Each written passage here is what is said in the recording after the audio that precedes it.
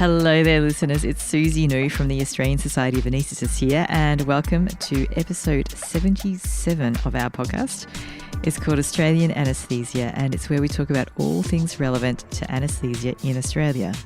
I thought it was time to visit another part of our beautiful and vast country.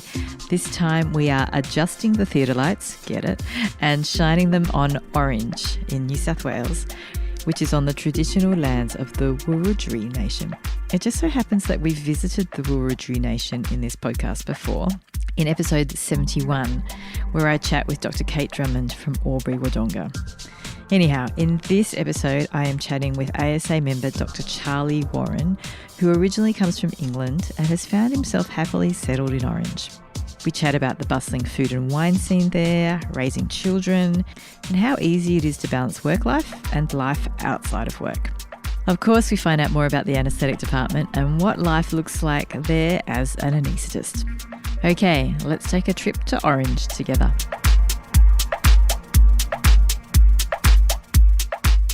Thanks for giving up some time this morning. It's a pleasure. So, speak to me like I know nothing about Orange. Tell me where it is, what's it like, what's the climate like? Okay, Orange is in the central west of New South Wales, which again means nothing to some people, but it's about 4 hours drive west of Sydney over the Blue Mountains, only about 240 kilometres from Sydney, but it does take a while to get up and down the mountains. Orange is a city of about 40,000 people. In terms of a health region, it's in the Western New South Wales Local Health District, which the three main towns or cities and therefore hospitals are Bathurst, Orange and Dubbo. They're all within your LHD? Yes. And then they're three similarly sized cities, each with a base hospital. And the actual health district is enormous. The size of Germany, I think we were told in our induction. It's a huge area. And as a result, in order for people to come to any of the major cities, if you live from a long way away, then that's a pretty big distance to travel. Bathurst and Orange are actually remarkably close. They're only 60 kilometres apart. And then Dubbo's another 100 and something kilometres northwest of Orange. But then the majority of our region is further west still. So it's a big area. Yeah. I suppose we'll focus on the health side of things because we're talking about that. Out of Orange, Bathurst and Dubbo, which one would have the bigger hospital? So Orange and Bathurst are very similar sized cities, of which the hospital in Orange provides more subspecialty services than Bathurst does. Dubbo's the biggest city and does have the biggest hospital and drains the biggest area of the region and has certainly a busier obstetric unit than Orange. But both Dubbo and Orange provide similar things. It's one of those issues that you're in a huge area and you've got two hospitals that kind of do roughly the same thing, of which there's a lot of parochiality in the region, and each city and each hospital thinks that they're the flagship hospital for the region. But realistically, we provide similar services. Orange, until very recently, was the only regional trauma centre. Dubbo is now a regional trauma centre as well as Orange, which is actually good for the region because due to the trauma protocols, if you were a distance out of Dubbo, you were supposed to pass Dubbo and come to Orange, which doesn't make geographical sense if you're west of Dubbo and then to fly over Dubbo and come to Orange. So Dubbo's further inland than Orange? Further inland, yeah. So it's northwest of Orange. Bathurst, Orange and Dubbo are almost in a line, but not quite. Bathurst and Orange goes east to west to Orange and then northwest to Dubbo. I see. And given that you cover such a large geographical area, if you are getting trauma patients, are you looking at receiving patients that have had quite a long extrication and transport time to get to your health service? Yes, that can often be the case. We're lucky enough to have a rescue helicopter based in Orange. And certainly in the midst of the COVID crisis, one of the Westpac helicopters from Hunter, New England was relocated to Dubbo. So the retrieval services are fantastic, but having worked both in Sydney as a retrieval registrar and then out in Orange as a consultant, the retrieval times can be huge. And you'll often see somebody who has ruptured a spleen out in the back of Burke, and really they get a trial of life because it will be 4 hours minimum after their accident that they will arrive at a regional trauma centre. It'll often take an hour or so to fly to where you're going before you see the patient and then fly them an hour back to where they're coming. So The times and distances are huge. And if you have only ever worked in a metropolitan setting, it's very difficult to comprehend that you can receive major trauma so long after the incident. I'm an EMST instructor and I once did an EMST course, and one of the other instructors was a GP from Burke. And it was really like, when you all talk about being from the back of Burke, guess what? I'm from Burke. It's very difficult to comprehend. And I think even in a base hospital setting, you forget how privileged we are and how incredible the facilities are in our base hospital compared to the small hospitals that we so heavily rely on in our region to provide that initial care. And you've got mostly GPs, often locum GPs, who have to be GPs during the day and then run the small hospital and do everything. They've got to be emergency physicians, they've got to be obstetricians, they've got to do it all. It's very humbling when you realise what they do and what they can offer and how much on-call they do, because they're about the only person that does provide that. Absolutely. So you mentioned Orange does obstetrics, and what other clinical services? We'll talk elective to start with. There's now 8 general surgeons on the general surgical roster, or there will be in the middle of next year, which is great. They'll do general surgery as well as often have their own subspecialty interests. So we've got breast and endocrine surgeons, upper GI, colorectal. Those are the major subspecialty groups that we cover from the general surgical point of view. We have urologists. There should be 3 urologists. We're now currently down to 2. But again, hoping to get back up to 3 next year. ENT, we provide, there's 3 ENT surgeons. We have obstetrics and gynecology. When we moved to the new hospital, which was about 10 years ago, I think we did about 500 deliveries a year. And now we're consistently over 1,000 deliveries a year, which is pretty sizable. It is, and it's reflective both of the growing population itself, but also the type of people that are moving to regional towns are young professionals and the sort of people that do have children, and the relative reduction in deliveries that are happening in the smaller sites. And then so the more complicated, higher BMI patients with comorbid conditions, they'll often now deliver in the base hospitals rather than out in the smaller hospitals. So that's obstetrics. We also do a lot of orthopedics, and it's an interesting one. We've got both the elective and acute orthopedics.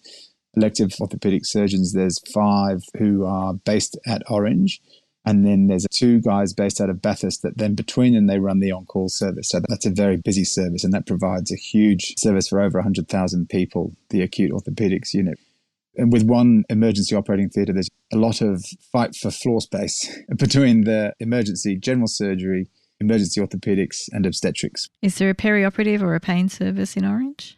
So we have a pain service. It's run by a single anaesthetist at the moment, and will be retiring in the next few years, I imagine. And it's going to be interesting to see how we go as a hospital to fill that gap. But hopefully we've recruited somebody who is keen to at least do part of the work. But again, I think one of the recurring themes that we might have through this is the fact that younger anaesthetists, and I'm going to include myself here as a younger anaesthetist in my mid-40s, where to be the single person doing anything is tricky and less likely to be able to recruit to that sort of a position.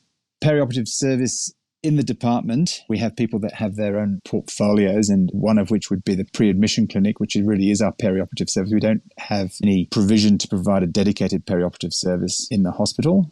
Do you guys go between the different campuses, between Bathurst and Dubbo?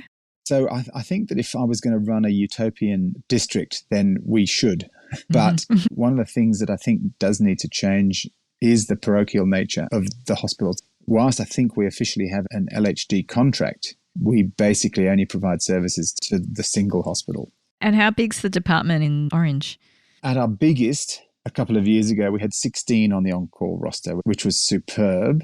And that really is what we aspire to being again. We've had a couple of retirements, and we've got a lot of anaesthetists who are in the 55 plus age group. So we're down to 12. It does seem like it's a pretty decent on-call being 1 in 12, but we currently run a 24-hour on-call service, which when you've got one single emergency theatre, we don't normally finish till 10, 11 o'clock at night. You're pretty cooked in terms of all the external pressures that are on you. Would you be involved in the retrieval or movement of a patient to, say, a tertiary centre? No, so that's one of the great things about the local retrieval services. They'll do pretty much most of that. We only have to become involved in the retrieval if we needed to help in their stabilisation in the emergency department, or if there's no space for them after they've had their emergency surgery. in which case we'll look after them until they can be retrieved. But we don't provide a service for the intensive care unit. We have intensivists that will run that. And we've got a fantastic group of FASMs that can pretty much run everything, which is great. So how many theatres are there? So we've got 5 theatres, 5 operating theatres and a procedure room. I suppose this is other things that we provide. We provide the only ECT service in the whole of the district. There's also a 24-hour cath lab. Wow, 24 hours. Yeah, it's staffed during the day, but we'll do emergency caths. There's an interventional radiology service as well. And as I'm sure everyone in Asia is feeling the pressure of the fact that whilst there's only 5 theatres, you often need 5, 6, 7 anaesthetists to be in the hospital on a single day to basically do everything. When we've got ECT in the pre-admission clinic, paediatric and adult MRI lists, we've reached a stage where just having an anaesthetist in each theatre doesn't provide all the services that the hospital requires. One of our hopes is that our area management will understand the need for us to have a duty anaesthetist, which we don't currently have, who could actually fill many of those roles, because at the moment it's down to the emergency theatre or somebody who's just not working that day, which is often after you've been on call, to fill the gaps of taking somebody to an urgent MRI or the cath lab or do an interventional radiology case. Yeah, always looking around for someone. Yeah, and there just aren't any spare bodies. And I think it's a problem everywhere, the fact that anaesthetists are being pulled to go and work in different areas of the hospital, which is absolutely fine, but that needs to be recognised and staffed accordingly. Definitely. It sounds like you've got good support in the emergency department and in the intensive care unit. Yes, I can't actually tell you the number of FTEs, but there's certainly a good number of FASMs, and they're all very good and very supportive. But again, they're running a busy emergency department, and the patient needs to go urgently to the CT scanner or the cath lab. We've got one who's due to be in the emergency theatre, and there's sort of Mexican standoff as to who's going to take the patient to the cath lab. And again, it's difficult because everyone says, I can't. It's widespread. We can only be in one place at the one time, especially you can't give 2 anaesthetics at the same time. And I think one of the other things that we often have junior trainees here in Orange for a variety of reasons. Certainly the rotating trainees, we have 2 trainees that come from Sydney, one from RPA and one from Concord. And we'll often get first or second years. Certainly we don't often get spared advanced trainees. And most of the locally employed registrars are people doing their introductory training, which often in a bigger hospital, senior registrar could look after a theatre or take a patient to the scanner or the cath lab. But that's one of our struggles. And we had a fellow this year who's going to stay on as a consultant. Oh, great. And continuing positions for fellows, that has been a real help this year. And when we do have a fellow, we really notice the fact that they can run a theatre. Hopefully we can persuade them to stay, which I think is something that we really want to encourage our registrars to do. And do you know how many years of training you're accredited for? So there's 1 year of training we're accredited for. So whilst we're accredited for 1 year, the locally appointed registrars only do 6 months because it's a job that's shared with working in intensive care or emergency. And it's almost a bit of a historical thing because we know that there are lots of people that want to do their introductory training. And we as a department often feel that we would be better served, and the hospital might be better served, if we could have 1 year trainees. But from the hospital's point of view, if they want lots of people to apply for jobs and to man the ED and the ICU, that's a trade-off that the hospital will do to make sure that the other departments are staffed. And some of the funding does come from the other colleges. What's it like there in terms of support within the region as well as from larger centres? One of the things that we are really lucky to have in a smaller hospital is the fact that pretty much every single consultant in the hospital knows every other consultant in the hospital. I can ring the paediatric consultants and you know them personally, the obstetricians, you know the intensivists, and you can just ring them. You ring them and you say, look, I've got this, I've got that, and everybody's happy to help. I think that the difference between working in a big tertiary centre versus here, certainly it seems, is you'd often have registrar to registrar contact about tricky stuff in a bigger hospital, whereas here it's a consultant-led service, which is great. And whilst it can feel a bit claustrophobic at times when you're out at Woolies or just going for a bike ride and you see patients or colleagues, but it does add to the collegiality of the work, and it is good. I think that sometimes you probably forget as a trainee when you get sent out to the rural centres, you think all the consultants that are there are these rural people that have only ever worked out there. We've all come from tertiary centres. We've all trained in a tertiary centre. And so we do all have contacts and are certainly very happy to use them to call about tricky stuff. And people who do cross-pollinate, say, between specialties. There's the crossover between anaesthetics and intensive care. We've got no one in the department at the moment who does that, but certainly the intensivists, they go to all sorts of different hospitals. and they're very good for talking to about complicated patients because they're just always a wealth of knowledge about stuff that you've forgotten about. That's so true. I'm married to an intensivist, so I often tell him that he's the clever one. Certainly more up to date with some things. What's it like there in terms of private work as well? So there's a huge amount of private work. There's a relatively high number of specialists in Orange of lots of different specialties, which means that as a result, there is lots of private work. There are actually more private theatres than there are public theatres in the city, which is, it's great. It means that there's lots of access to private work for both patients, and certainly it's a benefit of working here is that you can work publicly and privately without having to really go and search for work. In fact, that there's more work really than we can do. There are some anaesthetists that have decided to work privately only in the city, which has not been the done thing for a long time. And I think what you notice in a small city is the fact that it doesn't take much to upset the balance. And just a small amount of change can create a big difference. So we're searching for that at the moment in our department. And I think that the fact that we do have anaesthetists that are retiring, not in their hordes, but when you've got 5 or 6 anaesthetists that will be retiring in the next 5 or 6 years, unless you replace them, that's a pretty big dent in the service provision. And what we've seen, I think, in other hospitals, that once you do become locum dependent regionally, then that's very difficult to change. All the anaesthetists in Orange are resident in town, yet that's not always been the case.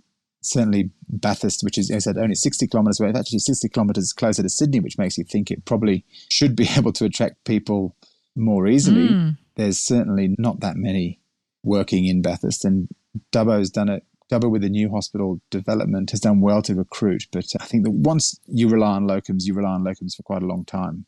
And one of the things that is appealing for people to come to work in Orange is the fact that there are all the subspecialties and lots of people and lots of lists, lots of public lists, lots of private lists. And so we can accommodate lots of anaesthetists, and kind of the more the merrier, really. And is there a greater range of specialists in Orange than there are in Bathurst and in Dubbo? Is that the attraction, do you think? Yeah, there is. And I think lots of the surgical specialties are based in Orange. Orange and Bathurst are so close. But for instance, Bathurst doesn't have resident urologists, doesn't have resident ENT surgeons, and quite a few of the surgeons from Orange will go and work in Bathurst. And as a result, once you've got a critical mass of surgical specialties, then that's what attracts people.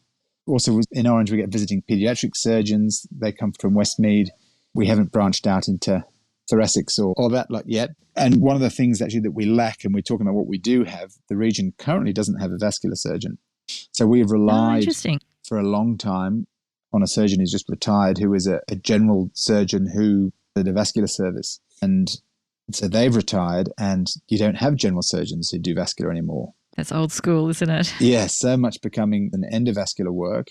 Somebody needs to make a decision, somebody who holds the purse strings as to where we're going to have a vascular surgeon, because the region, as I said, it's the size of Germany. There's a large indigenous population living west of Dubbo with associated health issues with a big rate of diabetes. And so really the fact there's no vascular service or no local vascular service means that there's a huge need. And to send everyone to Sydney to have a progressed amputation, it's not... Huge imposition. Yeah, that's a big problem, and we're not going to solve that overnight, but it's pretty clear that would be a really good thing to set up in one of those 3 hospitals. I want to come back, if I can, to just finding out a bit more about Orange. Yes. So what's it like there? Like, what's the region like? Yeah, so I'm very biased. I'm English. I grew up in England and did my university in the UK. Came to Sydney for a year in 2004. Met a girl from Orange. Nice. Which, to cut a long story short, I came back here as a consultant in 2013. And the long-winded bit about being English is the fact that of all the climates in New South Wales in particular, probably has a very similar climate to Tasmania, because we're at 800 metres altitude. Didn't know that. Really associate that part of New South Wales as being cool. So the winters are cold, very cold here. Wow. How cold does it get? I think the lowest has been about -7 since I've been here. So -2, -3 over winter. It snows most winters in Orange. In the town itself? In town, yeah. I did not know that. So, and that's mainly due to altitude. So 800 metres altitude. Do the summers get hot though because of higher altitude?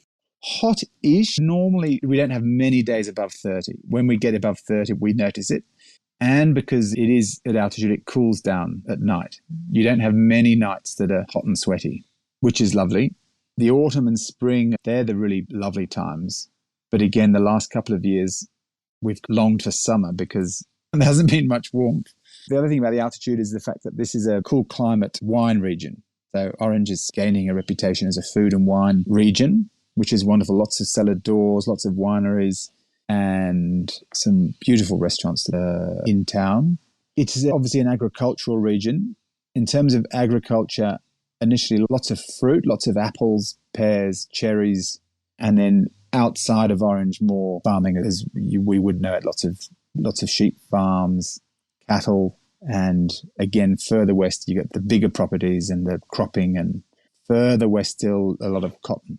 So out past Dubbo towards Warren and those regions. So you're at 800 metres altitude above sea level. Yep. You're not in the mountains though. You're inland from the Blue Mountains. So you're on a highish plain?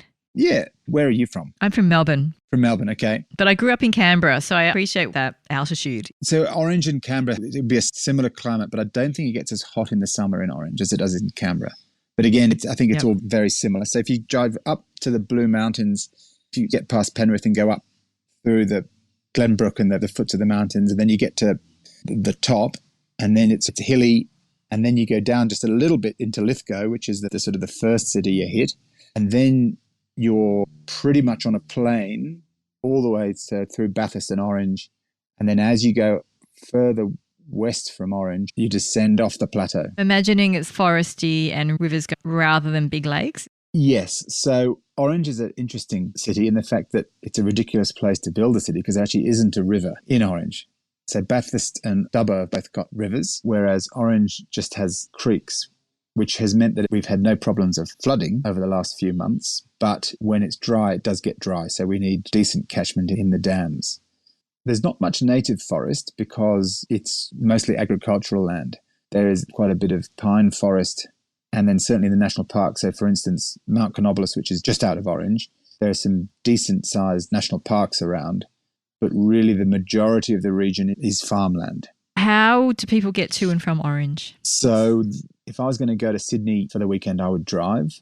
You can fly, but really in terms of door-to-door time, it's actually pretty similar, whether you fly or drive. And there are flights to Orange now from Brisbane and Melbourne, which is great. It's not every day. It's 2 or 3 a week to Brisbane and Melbourne. So certainly if I was going to go to Melbourne for a conference for a weekend, I'd fly. However, we're going to go to Melbourne for a holiday and we're going to drive. So it's about 10 hours drive to Melbourne, 4 to Sydney. The trains run, but they're pretty slow, to be honest. Definitely quicker to drive than to catch the train. And is it trains only to and from Sydney, or would there be ones to Melbourne as well? Not to Melbourne. The trainers stop at Bathurst, Lithgow, and a few stops before getting into Sydney. And what's it like there in terms of recreational activities or life outside of work? So something that I love is the fact that I socialise pretty much with nobody who I work with, which I really like. Whilst I really like my colleagues and I spend a lot of time with them at work, I spend most of my time with people who I do a bit of bike riding in my little bike riding group. There's a couple of winemakers, there's a farmer, there's a mortgage broker, there's a physio. Great mix. In fact, there are a couple of doctors, but I don't socialise with them because they're doctors. I socialise with them because we ride bikes together. So that's pretty fun. And lots of our friends are the kids' friends from school. So the kids go to the public school just 2 blocks away. And if I'm not socialising with my friends, then I'm socialising with their friends. Yeah, so recreationally, there's lots of good road biking and mountain biking in Orange. A lot of good ways to keep fit. I spend a lot of time in the garden.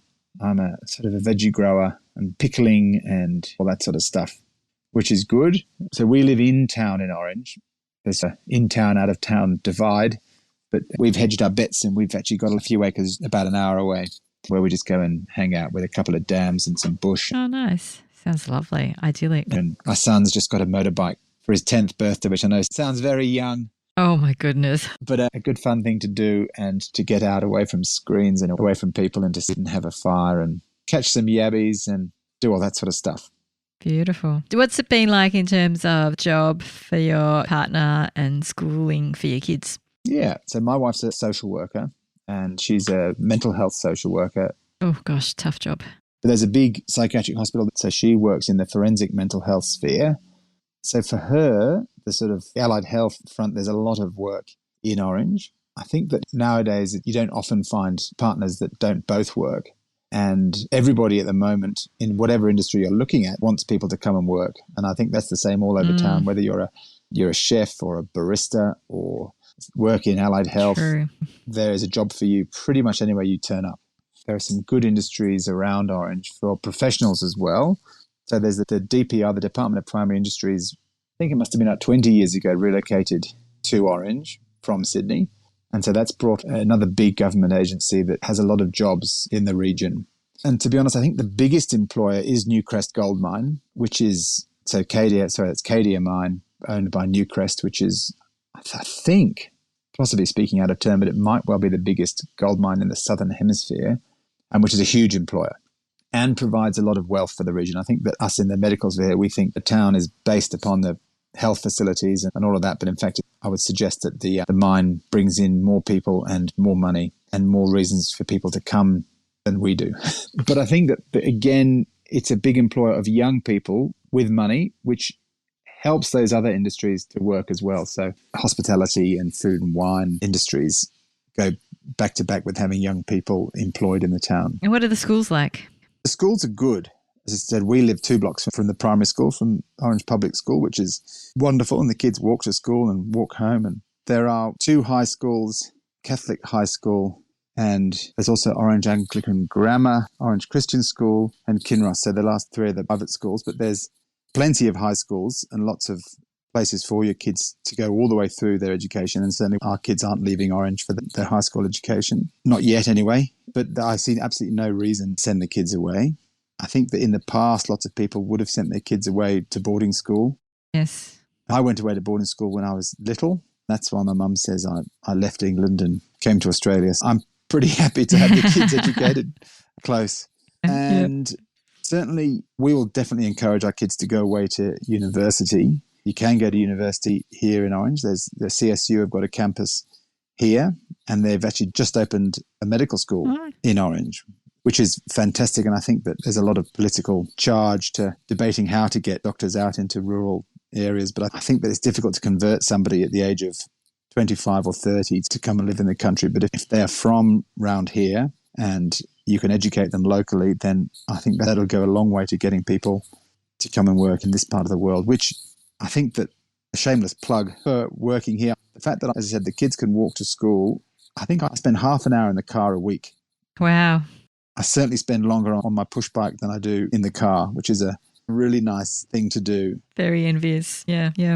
As I said, we don't need to travel for schooling, for medical appointments, for anything really. Whilst it's a small town, but there's a lot of services packed into a pretty small city, which is good. I think if I was between the ages of 20 and 30, I don't think it would be the place to move to. Hometowns never are between the ages of 20 and 30. Everyone moves between those ages. Exactly. A colleague and I wanted to have a colleague-to-colleague discussion the other night. So we said, okay, cool, we'll put the kids to bed and then we'll go for a drink. And it was 8:30 on a Thursday night. And the first pub that we went to said, oh no, we've shut the bar. And I'm like, what?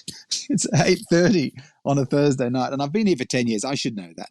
But again, with kids aged 12 and 10, it's not really the sort of thing that you do much of. We eventually found a pub that was open, so that was good. You mentioned that you originally came from England. Yes. And there's also a big Indigenous community further west. What's the diversity like in Orange itself?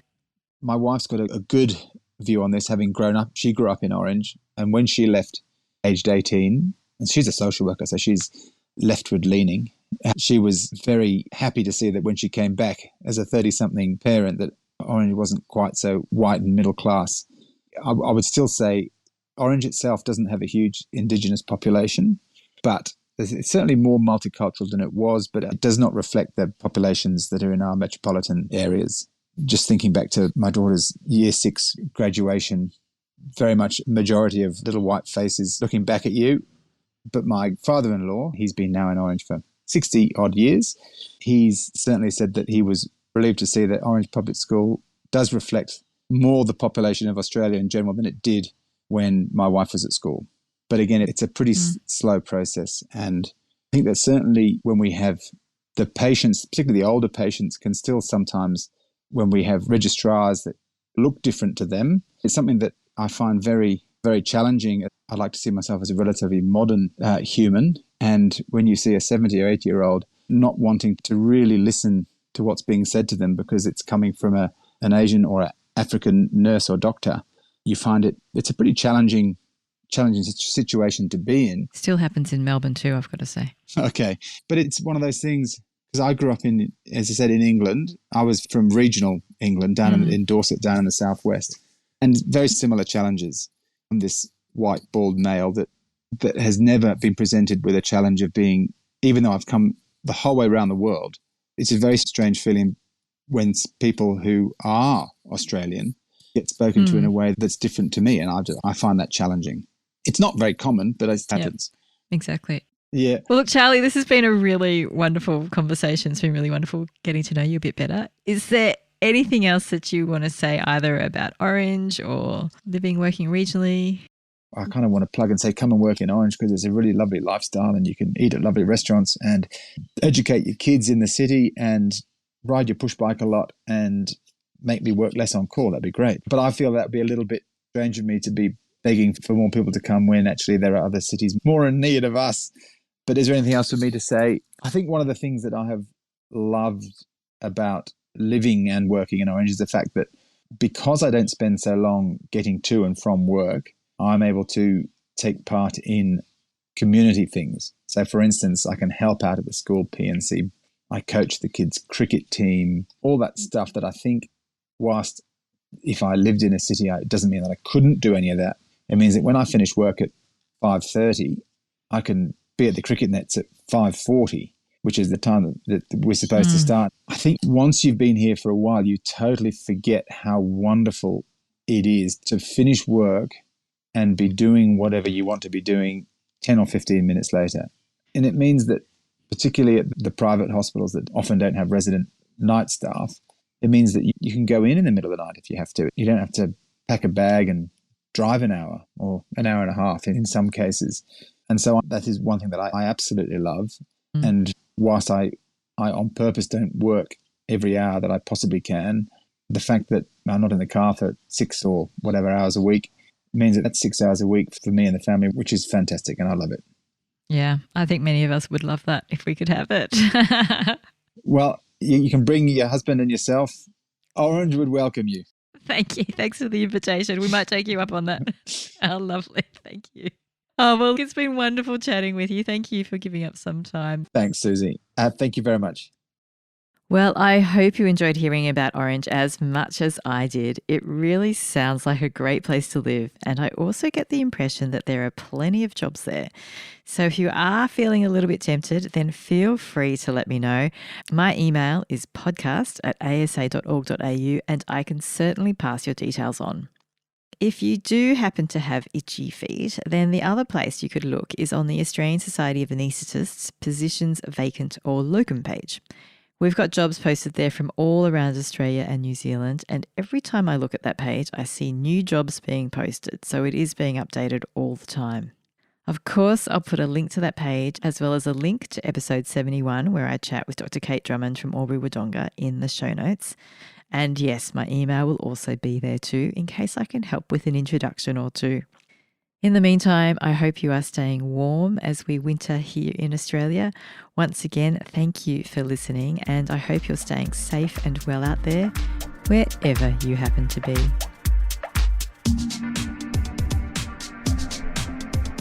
Thank you for listening to the Australian Anaesthesia podcast, which can be found on all the major podcast hosting platforms, as well as YouTube.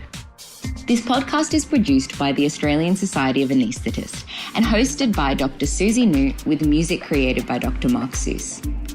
The ASA was formed in 1934, and our vision is for every anaesthetist in Australia to be at their best, providing the highest quality anaesthesia and perioperative care through excellent technical and non-technical skills. We also hope that this means that you are functioning at your best when you're away from work. In this podcast, we have conversations that seek to inform, challenge, and inspire you to keep you performing at your best. Members of the ASA can access full versions of all episodes by logging into the ASA website at asa.org.au. If you are listening on your favourite podcast app, then make sure you look at the episode notes for the direct link to the podcast on the ASA website. Also, feel free to follow or subscribe so that you can receive the latest episodes as we do publish regularly. If you have any questions or feedback, please feel free to email us on podcast@asa.org.au. Thank you for your time, and we hope you enjoyed listening.